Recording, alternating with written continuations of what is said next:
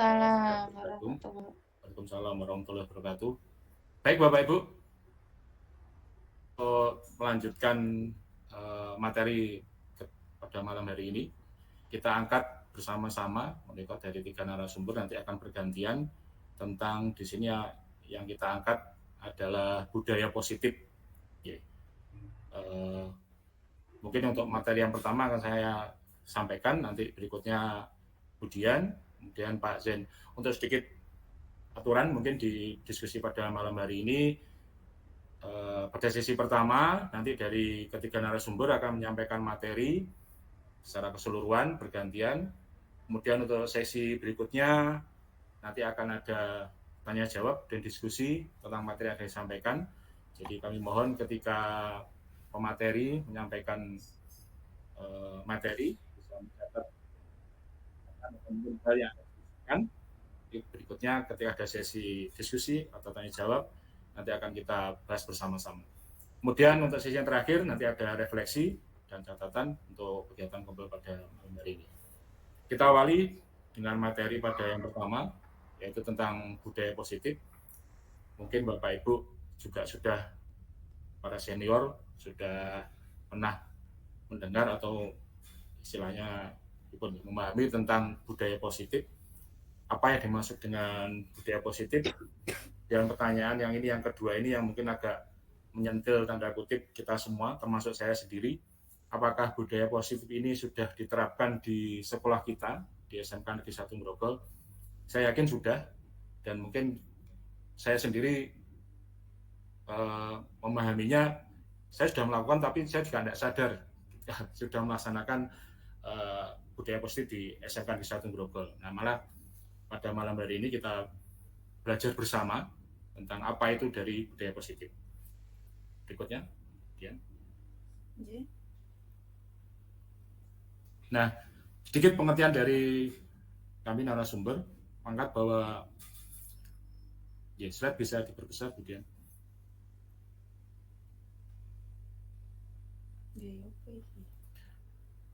Budaya positif, kita tahu bahwa budaya, dari pengertian budaya adalah kebiasaan atau mungkin bisa juga nilai-nilai atau keyakinan ya, dalam ini yang sudah mengakar budaya tersebut.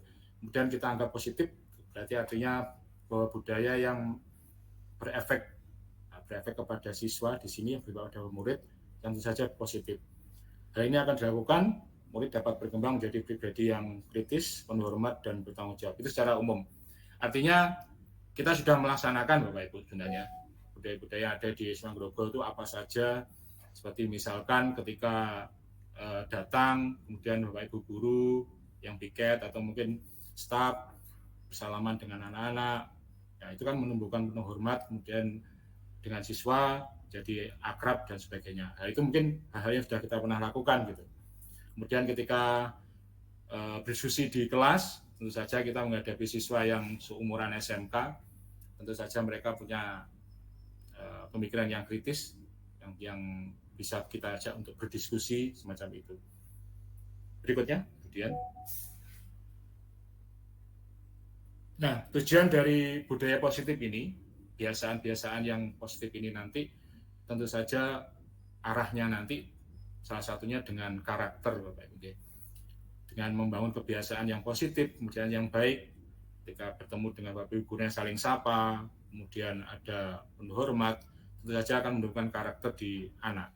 Nah, karakter ini tentu saja menjadi karakter yang akan menjadikan mereka anggota masyarakat yang mencapai keselamatan dan kebahagiaan sebagai tujuan pendidikan nasional. Ya, yang ini yang tercantum dalam profil pelajar Pancasila. Di profil pelajar Pancasila itu salah satunya kan ada yang berpikir kritis, kemudian iman pada Tuhan Yang Maha Esa, dan lain-lain. Nah, itu akan didukung, akan terwujud dengan membiasakan budaya positif tadi.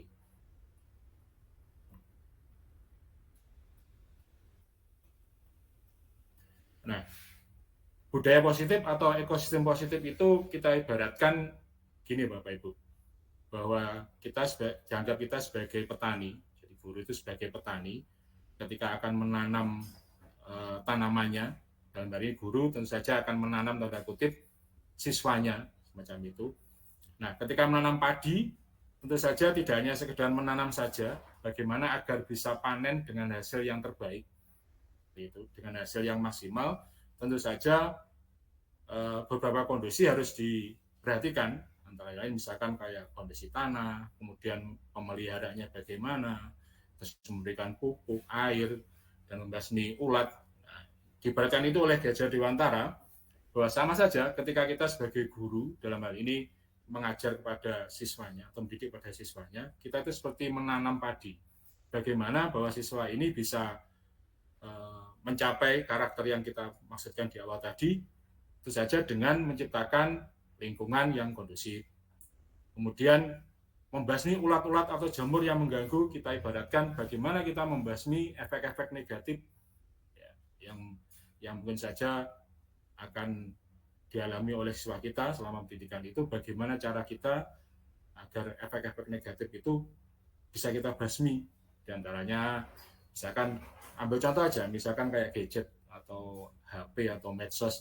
Satu sisi oke, itu adalah positif, di sisi lain tentu saja ada faktor negatif. Nah, ini bagaimana kita bisa membasmi tanda kutip bahwa efek negatif ini tidak menghalangi mereka ketika menerima materi-materi yang kita sampaikan. Kemudian ada memberi pupuk, air, kita ibaratkan stimulasi-stimulasi kepada mereka bagaimana agar mereka bisa menjalani dalam kutip pendidikan selama 3 tahun ini, memberikan support, memberikan semangat, kemudian memberikan arahan, itu bagaikan memberi pupuk dan air.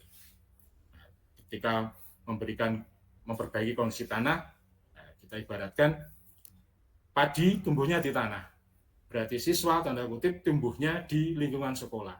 Nah, ini bagaimana cara kita untuk memperbaiki kondisi lingkungan, itu juga merupakan hal-hal yang perlu harus kita perhatikan. Bagaimana cara agar siswa ini bisa menjalani pendidikan sekali lagi selama 3 tahun tadi. Lanjut, kemudian. Nah, sedikit ini mungkin beberapa teori yang ingin saya sampaikan tentang ketika budaya positif ini bisa terlaksana, diantaranya dengan guru mengontrol murid. Seperti itu, pada dasarnya kita dapat memaksa murid untuk berbuat sesuatu jika murid itu memilih untuk tidak melakukannya. Jika atau memilih untuk tidak melakukannya. Lalu utamanya kita sedang mengontrol perilaku murid tersebut. Hal ini karena murid tersebut sedang mengizinkan dirinya dikontrol dan memiliki tujuan. Ilusi bahwa semua penguatan positif, efektif, dan bermanfaat. Artinya bahwa guru dapat mengontrol murid bagaimana agar budaya positif yang terjadi di sekolah ini bisa berjalan dengan maksimum. Kemudian penguatan positif atau bujukan dalam bentuk kontrol, dan berikutnya tentu saja tanda kutip kita sebagai guru orang dewasa juga memiliki hak untuk memaksa. Artinya ketika hal yang terakhir ini kita lakukan, jika hal-hal yang sebelumnya persuasif tidak bisa dilaksanakan, itu sedikit kita bisa memaksa dalam hal ini mengasah dalam hal yang positif agar bisa efektif agar siswa ini memahami apa yang kita sampaikan. Berikutnya, kemudian. Nah, sedikit tadi ada kata memaksa tadi juga berhubungan dengan disiplin. Makna salah satu budaya positif yang mungkin kami akan sampaikan di sini diantaranya adalah kedisiplinan. Disiplin dalam arti adalah bahasa latinnya belajar. Kemudian makna lain dari disiplin. Ini suaranya apa lagi? Disiplin. Ya, gimana? Sampun? Aman ya. Ya, disiplin. Kemudian di sini disiplin diri membuat orang menjadi potensinya menuju sebuah tujuan apa yang dihargai atau apa yang dia akan capai. Kemudian ini, namun dalam budaya kita, mana kata disiplin telah berubah menjadi sesuatu yang dilakukan seseorang pada orang lain untuk mendapatkan kepatuhan. Artinya disiplinan ini nanti saja salah satu budaya positif ini adalah kedisiplinan, bisa mendapatkan kepatuhan atau taat seperti itu dari siswa. Dan cenderung umum adalah hubungan disiplin dengan kenyamanan, bukan dengan apa yang kita hargai atau pencapaian suatu tujuan mulia. Ya, itu hubungan disiplin dengan, memang kata disiplin ini dalam kita maknai tentu saja kita awali dengan tidak nyaman. Ketika siswa kita disiplinkan harus memakai seragam, kemudian masukkan bajunya, tentu saja mereka akan ketika belum terbiasa dengan budaya positif itu, tentu saja mereka tidak akan nyaman, akan pemberontakan. Alah Pak, ngene loh Pak, wis gak apa-apa lah. Kata-kata seperti itu tentu harus kita sedikit demi sedikit ketidaknyamanan itu akan kita buat mereka menjadi nyaman. Oh, ternyata disiplin itu, berpakaian rapi itu tidak hanya mematuhi disiplin atau peraturan sekolah, tapi juga bentuk kenyamanan. Saya nyaman berpakaian rapi, baju dimasukkan, datang tidak terlambat, sesuai dengan tepat waktu. Itu akan menimbulkan kenyamanan jika mereka sudah terbiasa dengan budaya itu. Berikutnya, Budi.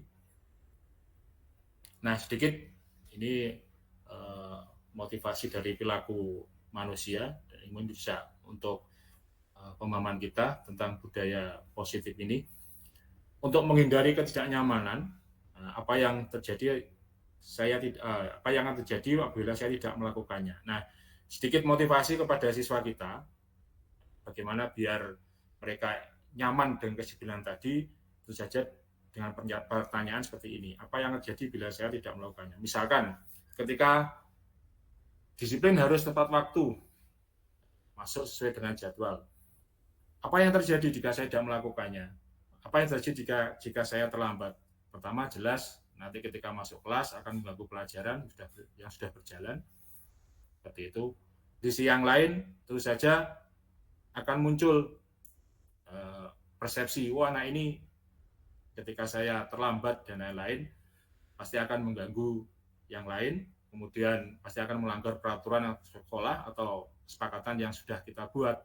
Nah, itu akan kita melanggarnya. Nah, itu mungkin bisa jadikan pertanyaan motivasi pada siswa kita. Tidak serta-merta kita hanya menghukum saja, tidak serta-merta hanya mendisiplinkan saja, tapi dengan membuat pertanyaan kepada mereka. Apa yang terjadi bila saya tidak melakukannya? Atau apa yang terjadi jika saya tidak disiplin? Kemudian untuk berikutnya tentang yang eksternal, di sini apa yang akan saya dapatkan apabila saya melakukannya?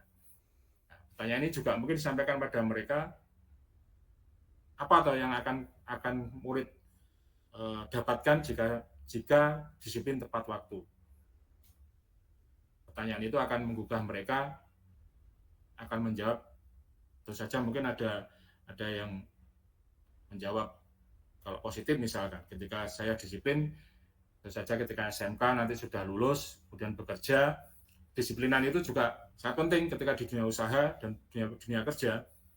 Ketika saya terbiasa disiplin di sekolah, tentu saja yang akan kita dapatkan akan disiplin pula ketika kita bekerja, tidak akan menjadi bentuk keterpaksaan karena sudah terbiasa disiplin di sekolah.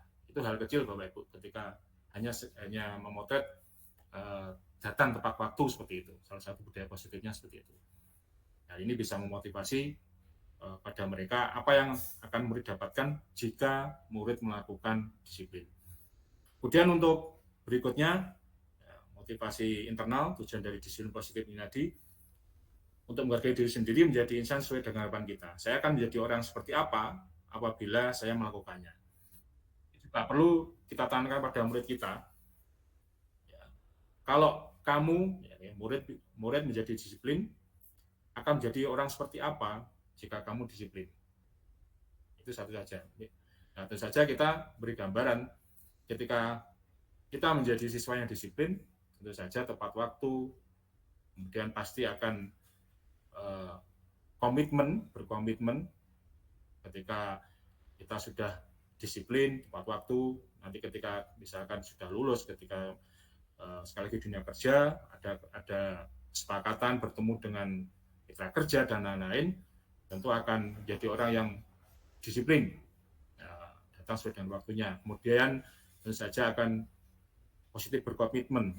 Kita sudah disiplin, sudah bertanggung jawab, tentu saja kita melakukan perjanjian dan berkomitmen akan menghargai komitmen itu. Itu beberapa teori motivasi yang mungkin bisa kita praktekkan ya pada siswa kita. ketika kita menerapkan kedisiplinan itu.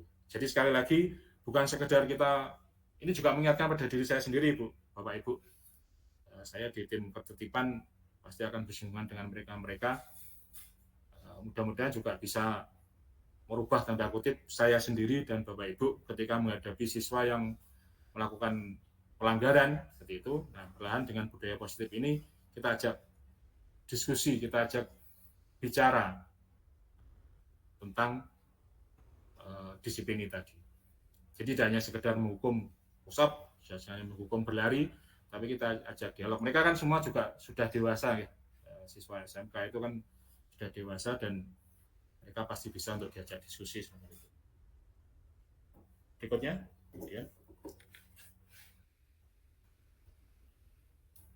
Nah, ini sedikit mungkin temanya pada bulan-bulan ini adalah bulan kemerdekaan, ya. Kemerdekaan HUT RI yang keberapa, ya?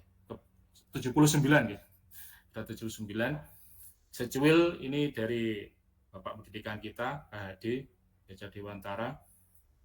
Merdeka itu tidak hanya terlepas dari perintah, juga cakap buat memerintah diri sendiri.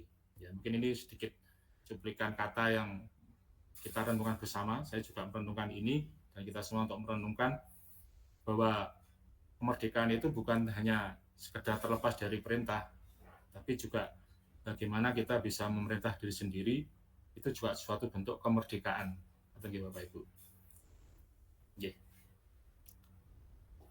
Berikutnya, nah ini nanti untuk menyambung materi berikutnya yang akan disampaikan oleh Budian. Jadi kita buat semacam diagram ini, Bapak, bahwa budaya positif itu akan tercipta dari lingkungan yang positif, dan lingkungan positif tentu saja lingkungan sekolah dalam hal ini, lingkungan kegiatan belajar mengajar, akan positif jika ada keyakinan kelas sebagai penyokong dari lingkungan sekolah, akan membuat keyakinan kelas 11 TSM, keyakinan 10 DPB, keyakinan 10 AKL 1, keyakinan 10 AKL 2. Dan ini akan menyokong lingkungan yang positif. Dengan keyakinan kelas yang positif akan menciptakan lingkungan positif dan akan menciptakan budaya positif di sekolah. Nah, lebih singkat, lebih detail lagi, keyakinan kelas ini nanti akan terwujud jika ada peraturan kelas. Nah, peraturan kelas itu apa, kemudian keyakinan kelas itu bagaimana, nanti akan disampaikan oleh pemateri berikutnya dari Budian Nurahmawati. Mungkin untuk dari saya cukup sekian, nanti dilanjut oleh pemateri kedua dari Budian. Untuk pertanyaan dan diskusi mohon silakan bisa dicatat dulu, nanti akan kita buka untuk diskusi setelah semua pemateri menyampaikan materinya. Terima kasih dari saya. Saya akhiri, Assalamualaikum warahmatullahi wabarakatuh.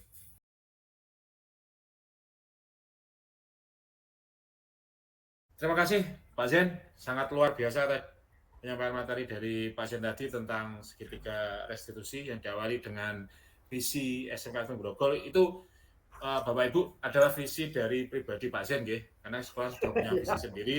Jadi sangar tadi memang asli dari Pak Zen untuk pemenuhan kebutuhan tugas TGP.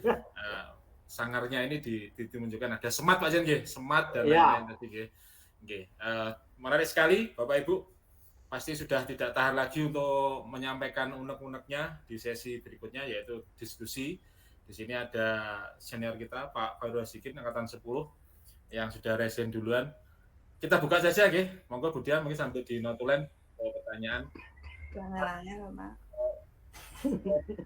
Saya jawab ini 3 penanya ngeten ya, nanti waktunya juga. Waktunya Pak udah 9 ya. Ada Pak. Monggo Pak Rasikin sampaikan kepada siapa ngaten atau mungkin secara umum kita bertiga. Terima kasih Bapak. Monggo. Secara umum saja. Terima kasih Pak Edi atas waktunya. Saya sangat mengapresiasi dari yang disampaikan oleh Bapak Ibu bertiga. Sangat luar biasa penyampaian materinya terkait disiplin positif. Hanya saja mungkin saya mohon diberi benang merah itu nih. Jadi tadi kita dimulai dengan bahasanya tadi kan menyampaikan tentang disiplin, terus kemudian ada hukuman dan hukuman dan konsekuensi, kemudian ada keyakinan kelas lah. Mungkin tadi juga keyakinan kelas itu mohon dicontohkan seperti apa bentuk keyakinan kelas itu biar lebih jelas seperti apa. Terus kemudian benang merahnya dengan segitiga restitusi yang disampaikan Pak Jen itu mungkin seperti apa. Terima kasih. Terima kasih Pak Rasikin, sudah kita catat. Mungkin sebelum kita jawab, berikutnya untuk pertanyaan kedua, sudah kita tangkap Bapak untuk pertanyaannya, yaitu tentang memang Jawa tadi juga saya sebagai moderator mencoba membenang merahi gitu Bapak, dari ketiga narasumber ini nanti sebenarnya kan satu kata, yaitu pengimbasan budaya positif seperti itu. Nah, nanti benang merahnya gimana, sudah kita tangkap Bapak. Terima kasih pertanyaannya. Untuk pertanyaan kedua, monggo, di sini ada Pak Rizky, sebenarnya tadi raise hand, dari tadi tangannya sampun raise hand aja, capek nanti saya kasihan. Monggo Pak Rizky. Kok ujungnya gak dicepot-cepot Pak Edi kayak tisu? Anu Bu, niku jimat Bu niku. Mudeng muka ini. Insya Allah mudeng kan mudeng. Monggo Pak Rizky, kami persilakan. Terima kasih waktunya Pak Edi. Assalamualaikum warahmatullahi wabarakatuh.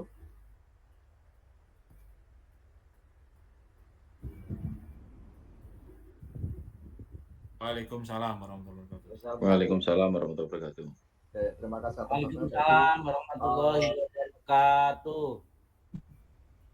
Oke, sedikit aja Pak Edi, kembali lagi ke tadi yang dibahas sama Pak Edi, kan ada budaya positif atau positif kultur ya. Nah, untuk yang ada di sekolah kita mungkin yang perlu dikaji ulang untuk pelaksanaan serta perilaku yang terlibat ya, terutama untuk kegiatan biasanya yang saya lihat itu kegiatan penertiban untuk aksesoris dan rambut atau yang dilakukan oleh anak-anak OSIS untuk menertibkan teman-temannya. Nah, karena menurut kacamata saya atau mungkin sudut pandang saya ya, dari si pelaksana ini belum memberi contoh yang positif atau mungkin belum melaksanakan apa yang harusnya dia contohkan terlebih dahulu sebelum dia mengingatkan teman-temannya. Kan seyogyanya kita atau mungkin bercermin dulu ya, atau self mirror terhadap diri sendiri, apakah sudah patut menjadi contoh yang baik apa belum. Nah, mungkin dari saya sarannya seperti itu Pak, mungkin nanti bisa dikembangkan lagi terutama untuk anak-anak OSIS-nya Pak. Oke, terima kasih. Terima kasih Pak Rizky, kita terima. Ini pernyataan gitu dia. Ya. Terima kasih, ada masukan dari Pak Rizky, masukan yang sangat bagus sekali. Artinya ketika membudayakan positif tadi dimulai dari tim tertib harus bisa mencontohkan seperti itu, sebelum menindak harus memberikan contoh yang baik dulu ya. Nanti ada mungkin dari narasumber untuk menambahkan. Sudah kita terima Pak Rizky, terima kasih untuk pernyataannya kedua. Untuk berikutnya, ini sebenarnya sudah semua. Ada Pak Imam, ada Bu Dewi, ada Pak Yuli. Monggo, kami berikan kesempatan untuk Pak Imam. Ini juga senior kami. Monggo Pak Imam, kami persilakan. Oke, terima kasih Pak Edi. Yang pertama ini adalah cuma memberi umpan balik Pak Edi. Tadi pernyataan daripada Budian, tadi kan katanya nggak boleh melakukan hukuman dan konsekuensi.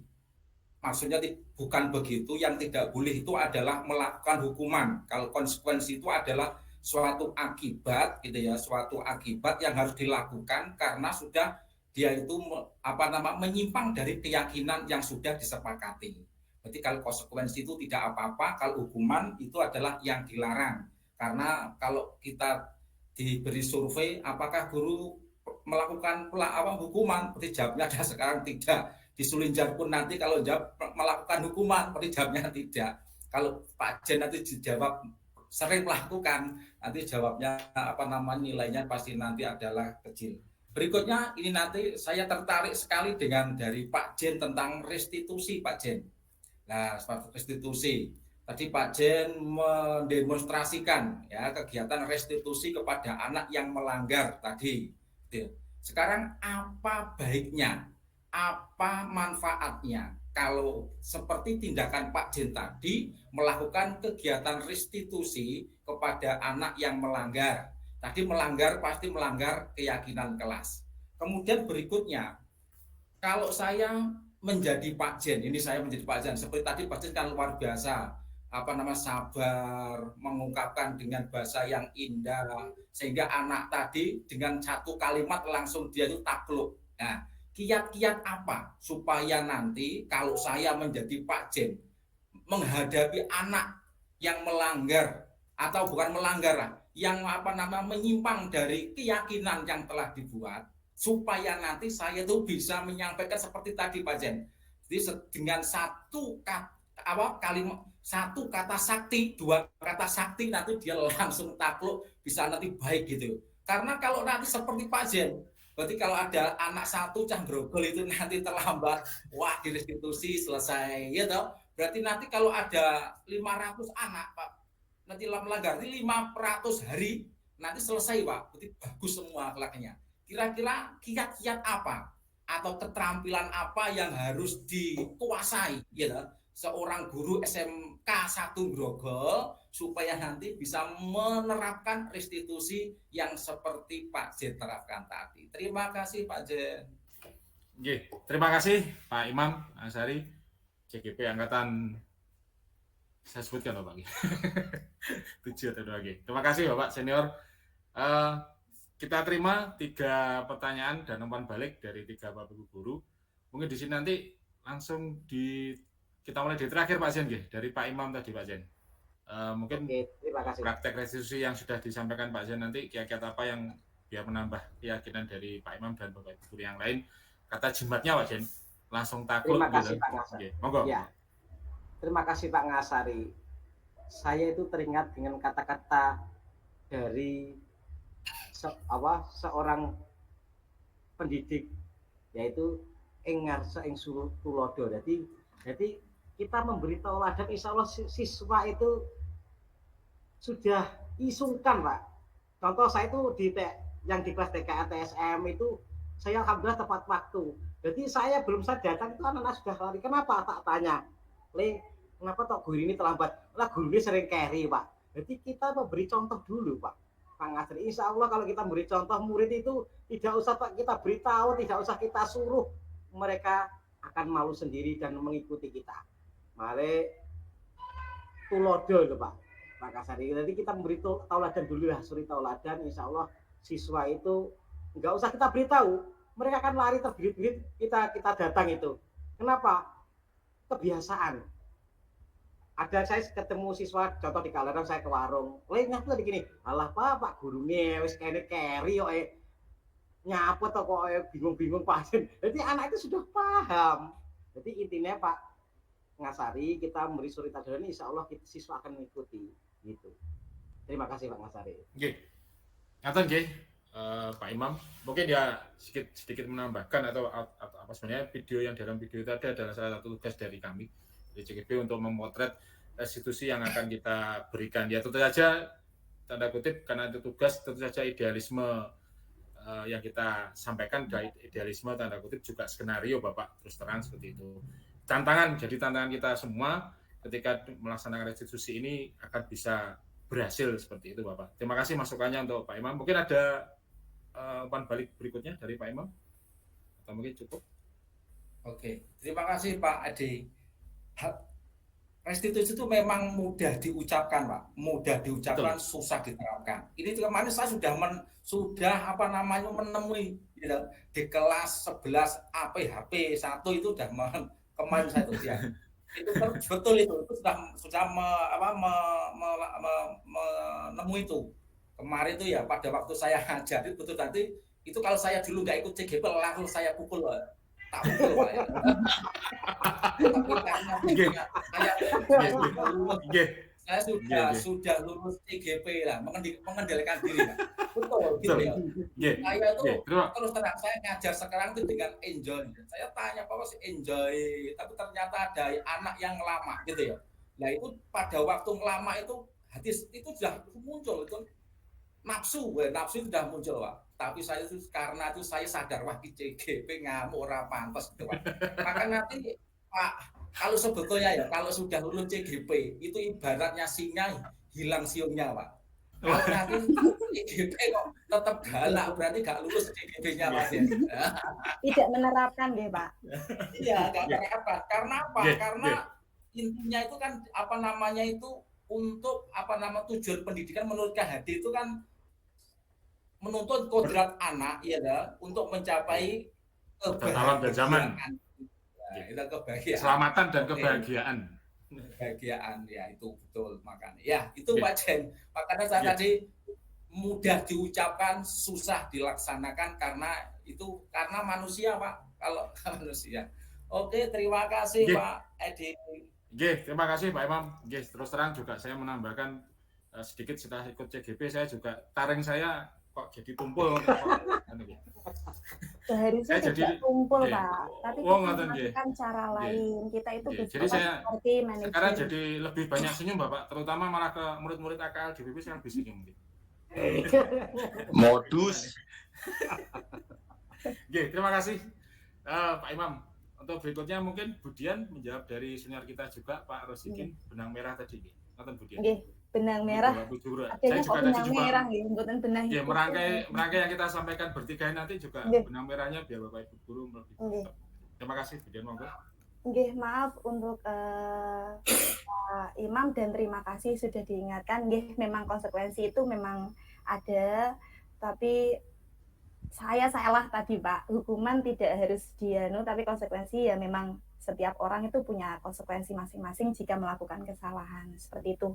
Jadi benang merah dari hukuman, konsekuensi, segitiga restitusi, dan disiplin, ini mungkin saya akan menjawab, tapi semoga Pak Kim maksudnya juga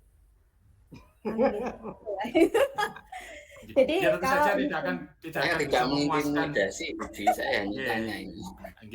Tidak bisa memuaskan semua pihak, Bapak. Iya. Jadi hukuman adalah tindakan yang diberikan untuk menghentikan, sama hukuman konsekuensi itu untuk menghentikan atau mengurangi perilaku yang tidak diinginkan. Nah, seperti yang saya bilang tadi, hukuman itu biasanya bersifat negatif. Baik melalui pemberian sesuatu yang tidak diinginkan, ya langsung spontan. Misalkan seperti contoh tadi, jika siswa tidak datang terlambat, misalkan tidak masuk kelas, itu langsung spontan. Terus ayo langsung push up 30 kali gitu. Nah, itu salah satu dari hukuman. Terus untuk konsekuensi adalah hasil alami atau logis dari perilaku tertentu. Ini berbeda dengan hukuman. Konsekuensi dirancang untuk menunjukkan hubungan sebab akibat. Jadi nanti tujuannya adalah siswa itu diajarkan untuk lebih bertanggung jawab. Contohnya seperti ada siswa yang mencoret-coret kertas tadi, konsekuensinya adalah siswa yang mencoret kertas itu harus mengganti kertas yang baru temannya yang sudah dicoret-coret, seperti itu. Jadi konsekuensi ada tujuannya yaitu lebih untuk mengajarkan tanggung jawab ke siswa, seperti itu. Sedangkan restitusi adalah proses di mana seseorang yang melakukan kesalahan atau tindakan yang merugikan orang lain mengambil langkah untuk memperbaiki situasi dan memulihkan hubungan yang rusak. Nah, seperti yang dilakukan Pak Zen tadi, antara guru dan siswa mungkin bisa memanggil, melakukan pendekatan, menanyai kenapa kok terlambat, alasannya apa, dengan sabar. Nah, itu efeknya mungkin ke depannya buat anak itu tidak jangka panjangnya itu tidak menjadikan dendam kepada guru. Tapi kalau hukuman itu nanti akhirnya seorang siswa yang sudah dihukum sama Pak Edi itu selama pasti akan mengingat, aku lo dihukum Pak Edi nih kelas seperti ini. Kalau restitusi itu nanti dikenangnya itu yang baik-baik. Ya Allah, terima kasih ya Pak Edi, kemarin itu dipanggil, dituturi, ternyata saya itu bisa menyelesaikan masalah saya tidak bisa belajar matematika, setelah dipanggil Pak Edi, oh saya jadi senang matematika, seperti itu.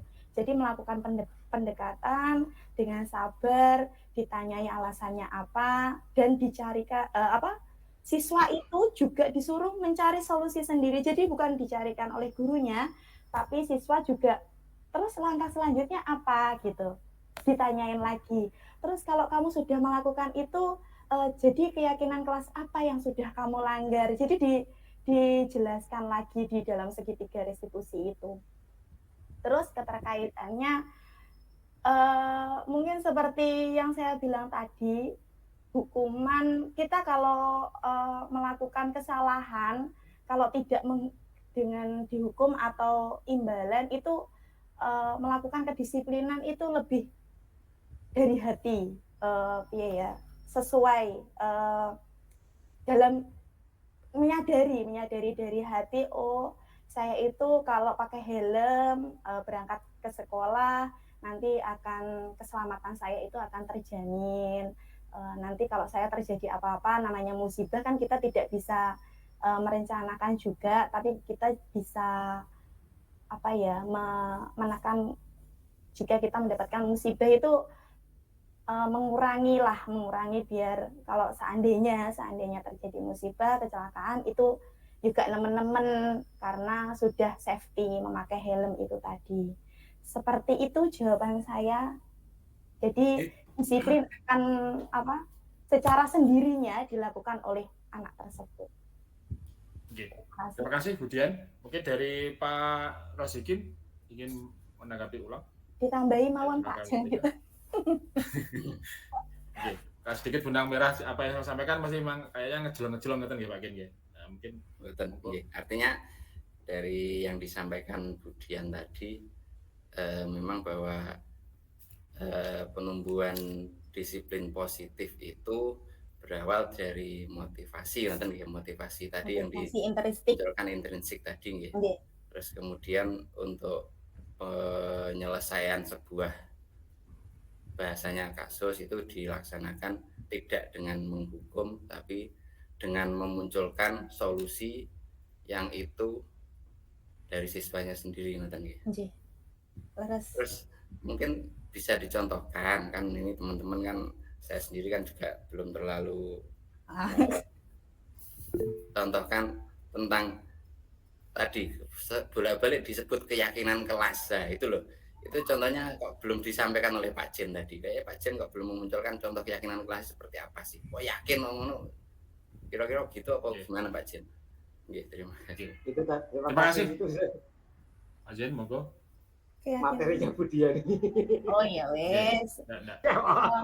Keyakinan kelas itu tadi, yang itu tadi loh Pak. Semisal contohnya kita itu ada kok Pak di slide sebentar. Masuk gini emang. Sebentar nih Pak. Ya, mungkin sambil menunggu Bu Dian ada kesepakatan, kemudian jadilah jadi keyakinan kelas itu. Mungkin bisa disampaikan ke Bapak Ibu guru yang lain setelah kombel. Pak Juli angkat tangan itu loh. Oke, sabar rumian Pak Jul. Sebelumnya Pak Bu Dian. Di sini kalau contoh keterkaitan antara keyakinan kelas, kesepakatan kelas sama peraturan kelas sebenarnya berawal dari peraturan kelas. Misalkan ada guru yang menjelaskan itu rame sendiri, ada anak rame sendiri atau handphonenya lupa tidak di silent seperti itu, akhirnya kan ada terganggu siswa lain, terus muncul kesepakatan. Kami akan selalu mendengarkan dengan baik saat orang lain berbicara dan tidak akan mengganggu saat teman atau guru berbicara, seperti itu. Terus keyakinan kelasnya berarti kami menghargai semua orang di kelas ini. Jadi saling menghargai. Seperti itu, Pak. Ini untuk contohnya keterkaitannya satu keyakinan kelas. Sebenarnya keyakinan kelas itu kan banyak. Saling menghargai, terus Pak? Kebersihan, kebersihan, seperti itu. Pripun Pak? Monggo, Pak Kin. Terima kasih Budian, saya kira. Nggih. Nggih. Terima kasih untuk Pak Kin dari Pak Rizky tadi sudah saya tanggapi. Nggih, Bapak, terima kasih masukannya untuk tim kesiswaan dan tim tertib memberikan contoh terlebih dahulu sudah disampaikan oleh Pak Zian tadi. Dari tadi Pak Yuli, monggo, mungkin nanti terakhir ini nggih. Terakhir untuk sesi kumpul ini kami beri kesempatan untuk Pak Yuli Wiono. Monggo, silakan Bapak. Oke, terima kasih sebelumnya atas waktunya. Sangat menarik sekali yang telah disampaikan oleh ketiga narasumber yang sangat luar biasa. Oke, tadi sangat antusias sekali ini audiennya. Jadi yang menjadi pertanyaan saya, gue absen bareng nggak? Ya nanti tak absen nanti. Ada Monggo, dong, Pak Yul. Pak. Oh Nanti iya. kan ada sertifikatnya. Oh ada, alhamdulillah. Monggo Ya. Pak Yul, dilanjut Pak Yul. Ketika kita membahas terkait dengan best practice atau budaya positif, praktek baik ini, kita seringkali terjebak di hal-hal yang sifatnya normatif, gitu. Hal-hal yang sifatnya normatif. Artinya selain hal-hal yang normatif sebenarnya, kalau konteksnya ini pada SMK sebenarnya, harusnya kita itu bisa memberi contoh praktek baik yang bisa dilakukan di masing-masing jurusan. Jadi tidak terjebak pada hal-hal yang normatif, misalkan jujur, misalkan taat aturan, memakai helm, datang tepat waktu dan sebagainya. Artinya apa? Dari praktek baik yang bisa dijabarkan atau dikontekstualisasikan pada SMK, saya kira ini lebih baik. Nah, ini yang menjadi pertanyaannya. Nah, contohnya bagaimana kalau best practice ini ya dicontohkan pada masing-masing jurusan. Nah, terutama di sekolahan kita ini SMK itu. Nah, seringkali kita terjebak di situ sebenarnya, dan kita sesuai dengan visi atau keinginan peserta didik. Artinya sudah memilih jurusan yang dia pilih di SMK, artinya visinya itu pasti sukses di bidangnya yang telah ditentukan tersebut. Nah, pertanyaannya bagaimana ya praktek baik yang bisa dilakukan pada masing-masing jurusan di SMK. Nah, itu yang pertama. Yang kedua adalah terkait dengan faktor perilaku yang mempengaruhi perilaku manusia. Itu ada faktor intrinsik dan ada faktor ekstrinsik, kan begitu. Kalau di ilmu psikologi begitu. Kalau intrinsik itu sudah merupakan sebuah keyakinan diri sendiri bahwa yang dilakukan ini adalah sebuah kebenaran, misalkan. Tapi yang ekstrinsik sebenarnya ini adalah bagian daripada budaya, saya kira. Nah, justru yang sangat berpengaruh, ya, yang bisa memberi motivasi, dorongan, stimulan, ini justru menurut saya selain intrinsik itu ekstrinsik. Jadi lingkungan kita, lingkungan yang kreatif, lingkungan yang inovatif, lingkungan yang ramah, lingkungan yang cinta damai, nah, saling menghargai, menghormatilah. Inilah yang saya namakan ekstrinsik. Ini berkaitan dengan hukuman dan konsekuensi. Ngerti nggih? Dan saya kira sah-sah saja hukuman itu diberlakukan. Karena negara ini membuat aturan dan membuat sanksi, itu negara. Dan itu yang akan dijumpai anak-anak nanti di dunia nyata. Begitu. Dan hasil dari hukuman tersebut, ya kita adalah produk-produk kurikulum yang dulunya sering dihukum. Ya jadinya kita. Nah, kalau yang konsekuensi, artinya kita tidak boleh menghukum, ya, kita tidak boleh menghukum, itu outputnya gitu. Itu belum jelas gitu loh. Akan menjadi seperti apa gitu. Lawang kita ini yang sering dihukum aja seperti ini ya. Apalagi yang tidak pernah dihukum. Terima kasih para narasumber. Demikian, monggo saya serahkan kembali ke moderator.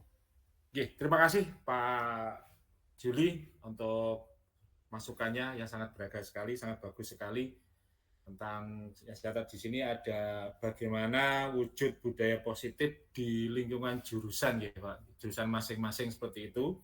Kemudian yang kedua tentang hukuman dan konsekuensi yang mungkin kalau saya keliru mohon dikoreksi, Pak Juli mengangkat kesimpulan atau pendapat pribadi bahwa hukuman nggak apa-apa, gitu. Nah, hukuman tetap dilaksanakan nggak apa-apa. Nah, mungkin produk-produk kita hari ini, kita ini adalah wujud dari hukuman-hukuman itu. Okay. Kalau mungkin saya sedikit menjawab, monggo Pak Zul, dari guru penggerak angkatan berikutnya, biar kita sama-sama belajar hukuman itu perlu atau tidak, restitusi itu apakah juga lebih mantap daripada hukuman seperti itu. Nah, okay, untuk menjawab dari Pak Zuli sekaligus mungkin nanti refleksi Ibu Dian, Dian selaku orang jurusan TKJ mungkin bisa di sepil sedikit ya tentang budaya positif di TKJ ini. Misalkan ngapunten setiap habis praktek merapikan kembali kabel-kabel yang berserakan atau mungkin seperti itu sedikit ya potretnya seperti itu bisa dijelaskan. Monggo Bu Dian. Mengembalikan kabel tadi.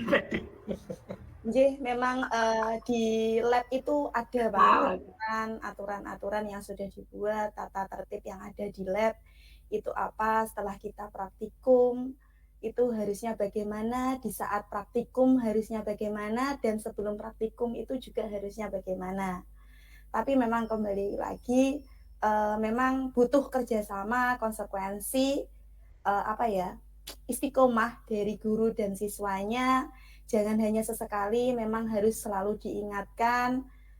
Bahkan ya memang ya kadang gurune dhewe ya lali, kesusundang muleh, kesusundang ini. Jadi ya memang itu kendala juga. Dan saya berharap Bapak Ibu guru semuanya juga tidak lelah dalam selalu mengingatkan siswa-siswanya untuk selalu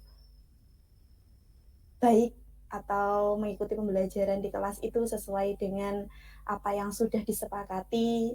Misalkan seperti tadi yang saya bilang, kalau kita sebelum memulai pembelajaran di awal tahun pelajaran itu buat kesepakatan dulu sama siswanya, jadi nanti akan muncul semoga yang kita harapkan dari guru itu setelah kesepakatan itu akan muncul nilai-nilai keyakinan kelas itu tercapai di kelas tersebut. Jadi budaya positif tercipta di lingkungan positif, hasil dari keyakinan kelas yang dirumuskan oleh peraturan dan kesepakatan kelas. Seperti itu. Terima kasih. Tak tambah Pak Di. Oke, monggo Pak Zen, untuk yang terakhir sekaligus nanti bisa menyinggung sedikit dari statement dari Pak Zuli, Pak Zen, menarik sekali. Hukuman juga perlu, Rek. Saya menambahi ujian sambil Pak Zen, sekaligus nanti mohon untuk ditutup doa untuk acara kumpul pada hari ini oleh Pak Zainuddin. Monggo. Ini Pak Juli, mungkin dalam jurusan itu bisa kita beri contoh, kita menempelkan poster K3 kesehatan keselamatan kerja. Mungkin dalam jurusan bagaimana sih biar selamat ketika praktek. Jadi terus hasilnya ditempelkan poster di tiap jurusan masing-masing atau bengkel gitu Pak Juli. Bisa seperti itu. Jadi kalau praktek memakai, kalau mau las pakai sarung tangan atau tutup kepala itu bisa juga. Akhirnya Pak biar selamat Pak Juli. Nah, Pak bagaimana hukuman, apakah restitusi yang bagus Pak Juli? Kita banyak membaca sejarah Pak Juli. Bagaimana Nabi Muhammad itu bagaimana dakwah dengan halusnya. Ini tak lihat itu Nabi Muhammad ini pakai restitusi Pak Juli, tidak menghukum Pak Juli. Akhirnya banyak umatnya Pak Juli. Kita lihat bagaimana kesabaran Nabi Muhammad, bagaimana ketika orang Mekah nyawati teletok, ya, mereka dengan restitusi Pak Juli tak lihat nih. Ketika saya belajar TGP, wah luar biasa ini. Ini storyteller dan beneran Pak Juli. Maka Nabi Muhammad tidak menghukum. Apakah balas dengan nyawa teletok? Tidak Pak Juli. Dengan restitusi. Mereka biar sadar Pak Juli. Lama-lama ketika mereka kangen, ternyata yang nyawati teletok sakit. Terus Nabi Muhammad nyambangi Pak Juli. Oh ternyata akhirnya tobat itu. Teman-temannya yang ikut nyawati teletong itu malah gak nyambangi, tapi Nabi Muhammad nyambangi, dia sakit. Itulah restitusi Pak. Cekap Pak Zen, terima kasih. Sangat menarik sekali Bapak Ibu. Diskusi Kombel pada malam hari ini sangat antusias sekali, tidak terasa hampir 2 jam Bapak Ibu. Durasi pada Kombel hari ini. Nanti kalau dilanjut 2 hari nanti. Monggo Pak Zen, kita akhiri untuk Kombel pada malam hari ini dengan doa dari Pak Zainuddin. Sekali lagi terima kasih Bapak Ibu untuk partisipasi Kombel pada hari ini. Mungkin Ibu kepala sekolah, monggo Ibu menyampaikan. Terima kasih 2 jam yang sangat baik. Pak Gus Juli Senin dapat hadiah nih Gus. Lah pemateri Bu, pemateri. Pemateri lah ini budaya sikap itu ya ada punishment, ya ada reward. Kalau di elek netok yo suwan ya Gus ya. Yo dihukum barang ya toh. Nah, Kanjeng Nabi menghukum putrinya ketika putrinya melakukan kesalahan. Nah, setuju karo Gus Juli aku malam ini. Itu kalau mencuri Pak Juli, ternyata nggak mencuri. Putrinya sendiri. Pak Jul, CGP angkatan 12, amin. Pak Jul, CGP angkatan 12, amin. Amin. Ya, terima kasih. Senang ya Gus, jam 9. Bu, terima kasih. Terima kasih. Monggo Pak Zen. Oke, terima kasih semuanya. Ngapunten. Terima kasih bisa semuanya. on kamera mungkin Bapak Ibu untuk dokumentasi sebelum. Terima kasih semuanya telah mengikuti di Kombel ini berbudaya positif, di mana budaya positif ini akan melahirkan generasi-generasi emas tahun 1904 ya. Nanti sebagai yang disitakan oleh pemerintah tahun 2045, Indonesia semoga menjadi generasi emas yang melahirkan generasi bangsa Indonesia menjadi Indonesia yang hebat. Mari kita sebagai guru manjada wajada bersungguh-sungguh menjadi guru yang hebat. Insya Allah murid-murid kita menjadi murid yang hebat suatu saat nanti. Mari berdoa bersama-sama menurut keyakinan percaya masing-masing. Berdoa mulai.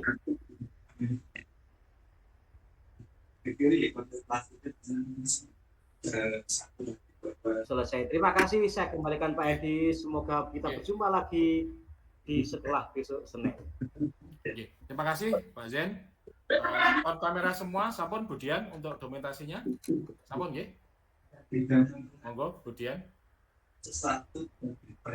On kamera semua Bapak Ibu. Oke Bu, Bapak Ibu 1, 2, 3 senyum.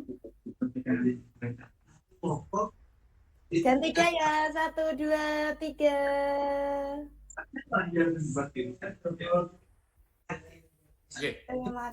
Terima kasih sehat selalu Bapak Ibu. Terima kasih Bapak Ibu kepala sekolah bergabung di Kombel pada hari ini. Mohon maaf jika ada hal-hal yang kurang berkenan di Bapak Ibu. Oh jangan lupa absen Bapak Ibu, absen dulu sebelum meninggalkan. Dan mohon maaf jika ada hal yang kurang berkenan di hati Bapak Ibu. Terima kasih. Kami akhiri. Assalamualaikum warahmatullahi wabarakatuh. Waalaikumsalam. Monggo saged lift dari Zoom hari ini. Terima kasih. Semua Resen ini kenapa? Bu Ayu. Tepuk tangan itu. Tepuk tangan. Oh tepuk tangan. Tak kira Resen angkat tangan. Layar mencet tuh. Terima kasih. Terima kasih Bapak Ibu. Terima kasih Pak Yuli. CGP angkatan 12. CGP angkatan 12. Amin. Yang lain dapat